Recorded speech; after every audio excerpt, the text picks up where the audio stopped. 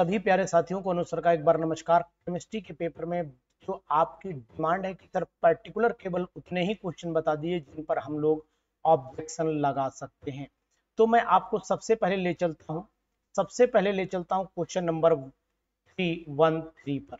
यानी कि सबसे पहले मेरा ऑब्जर्वेशन जो है वो क्वेश्चन नंबर 313 पर है। और 313 क्वेश्चन क्या कहता है वो मैं आपको बता देता हूं। 313 क्वेश्चन कहता है, वो आपको समझा भी दे रहा हूं कि 313 क्वेश्चन नंबर 313 जो मैं आपको बताने जा रहा हूं ये है 313वां क्वेश्चन। बहुत तेजी से भागा भाई, तुम्हें कब्जे में नहीं आएगा क्या?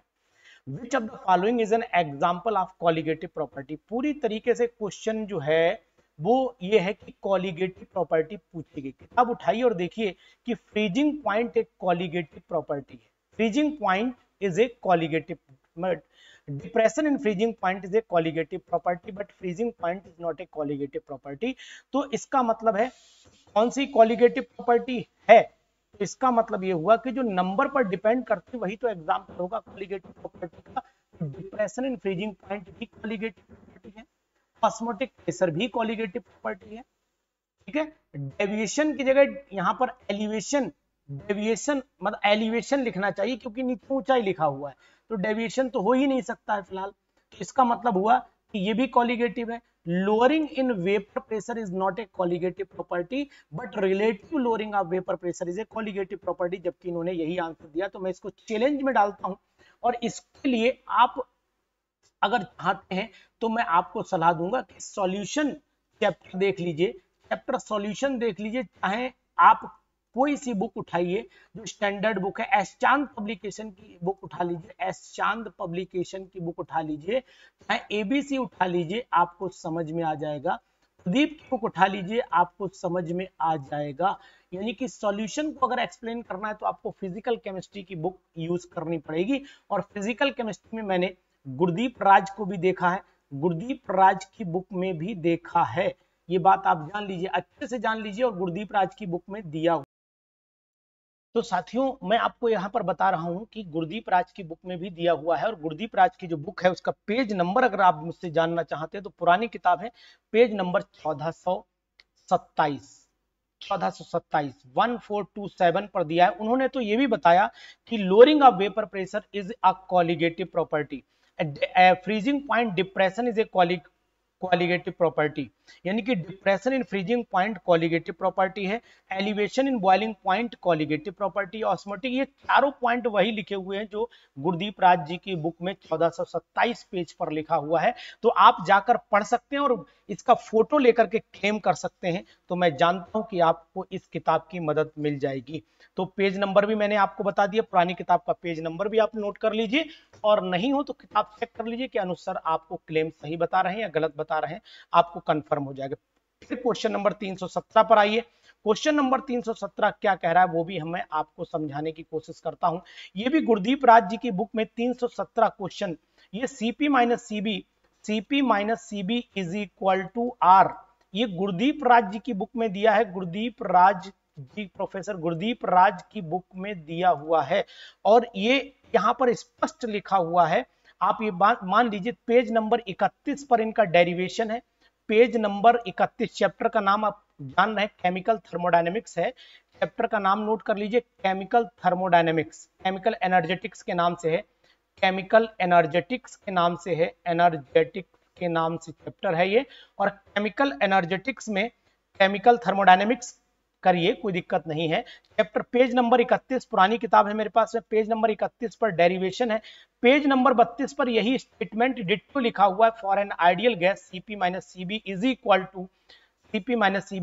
To R. पेज नंबर 32 पर डिट्टो यही स्टेटमेंट कॉपी किया गया है। तो मैंने आपको जगह बता दी, प्लेस बता दिया, फर्ज आपका है कि आप लड़ाई लड़ पाते हो कि नहीं लड़ पाते हो, और नहीं तो आप चूंकि देखिए बहस तो कर नहीं पाओगे, क्योंकि ओरल बहस होती तो मैं भी तैयार था, मैं भी आपका सपोर्ट करता। लेकिन पेज नंबर बता दिया मैंने आपको, पेज नंबर 31 पर डेरिवेशन है, और पेज नंबर 32 पर आपको इसका पूरा डिटेल और स्टेटमेंट यही लिखा ही हुआ है, for an ideal gas CP minus CB is equal to R ही लिखा है। अब आप कितना क्लेम कर पाते हो, तो आपका पेज नंबर भी मैं बताता चल रहा हूं, राइटर का नाम भी बताता चल रहा हूं, बाकी आपका हिम्मत देखता हूं कि कितनी हिम्मत है, आप चैलेंज कितना कर पाते हो। क्वेश्चन नंबर आपका 317। इसके बाद क्वेश्चन नंबर 332 पे आते हैं।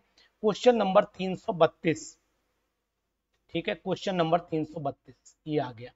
ये which of the following atom has the highest first ionization energy. तो फर्स्ट आयनाइजेशन एनर्जी जो है वो स्कैंडियम की ज्यादा है, हाईएस्ट जो है वैल्यू स्कैंडियम की है।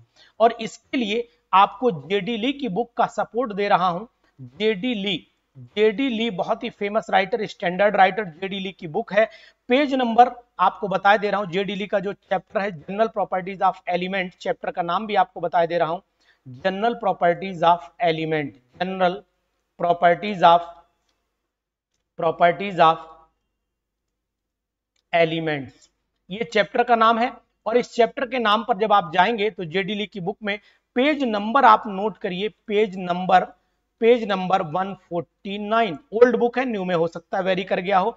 यहां पर सोडियम की जो वैल्यू दे रखी है 496 दे रखी है, पोटेशियम की वैल्यू 419 दे रखी है पेज नंबर 149 पर, और रुबिडियम की वैल्यू दे रखी है आपकी 403, ये पेज नंबर 149 पर दिया है। जबकि पेज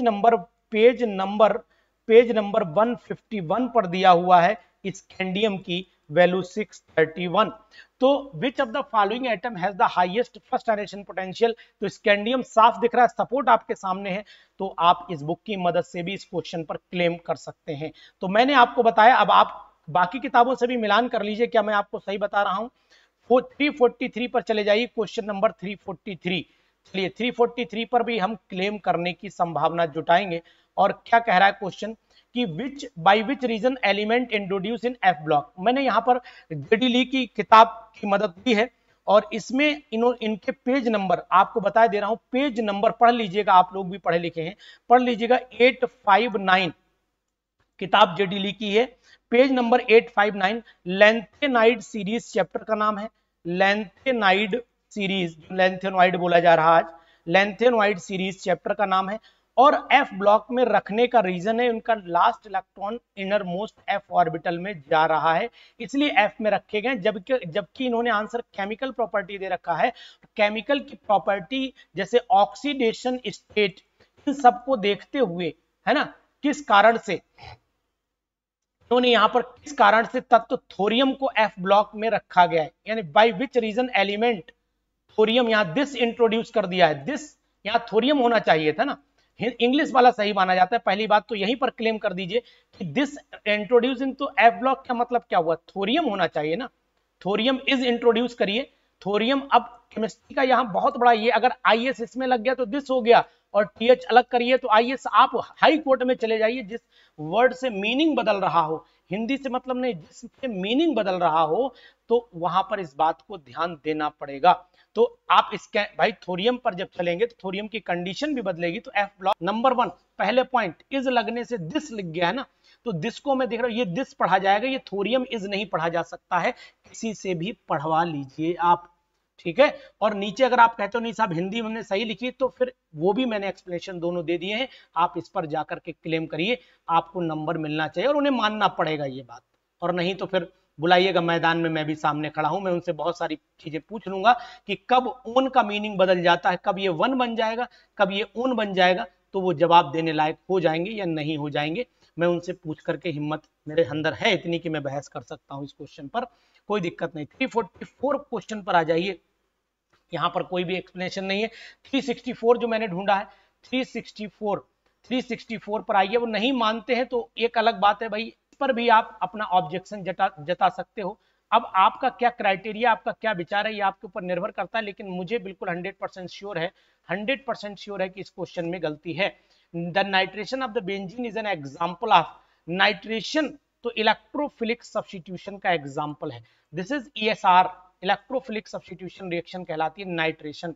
ये नाइट्रोसेशन नहीं है ना, नाइट्रेशन है, ये नाइट्रोसेशन नहीं है, इसलिए आपको ये इलेक्ट्रोफिलिक, ये न्यूक्लियोफिलिक एडिशन कभी भी नहीं है, न्यूक्लियोफिलिक एडिशन नहीं है। न्यूक्लियोफाइल यहां पर अटैक नहीं कर रहा, इलेक्ट्रोफाइल करता है, इस बात का ध्यान दीजिएगा।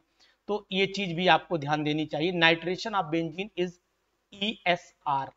तो यहां पर 372 में, ये तो चाहे जो किताब आप उठा लोगे उस किताब से आपको सपोर्ट मिल जाएगा, यहां पर कोई बहुत बड़ी चीज नहीं है, किसी भी किताब से आप सपोर्ट दे सकते हो, कोई प्रॉब्लम नहीं। इसके बाद क्वेश्चन नंबर आ जाइए आप क्वेश्चन नंबर नेक्स्ट आ जाइए 376 पर। 376 पर आ जाइए। 376 बेंजल्डिहाइड रिएक्ट्स विद PCl5। इसके लिए भी बहुत बड़ी किताब की जरूरत नहीं, मैंने सब किताबों में चेक कर लिया। रिएक्शन भी आपको बता देता हूं। C6H5CHO है, इसकी रिएक्शन अगर PCl5 से आप कराते हो तो प्रोडक्ट आपका बनता है, क्योंकि समस्या बेंजल्डिहाइड PCl के साथ प्रतिक्रिया करके क्या देता है, तो आपको अगर कोई क्वेश्चन में ट्विस्टिंग होती है वो भी दिखाई देती है, लेकिन वो दिखाई ही नहीं दे रही है। HCl2 प्लस POCl3 यहाँ पर बन जाता है।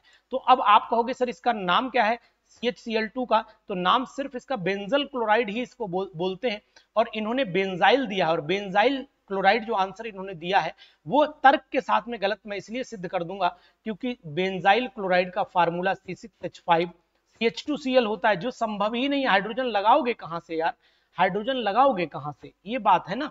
तो इसलिए इस बात का ध्यान दीजिएगा। और दूसरी बात यह है कि अगर आप इन दोनों मॉलिक्यूल पर अगर मैं दूसरा तर्क ये भी दूंगा आपको, C6H5CH है, यहां पर 2 Cl लगे हैं, अगर आप इनको जो है वो हाइड्रोलाइज कर दो KOH के साथ में, तो फिर 2 KCl और 2 OH आएंगे, और C6H5CHOH ये अनस्टेबल प्रोडक्ट होता है, इसको हीट कर दीजिए, वाटर निकल जाएगा, वापस एल्डिहाइड मिल जाएगा।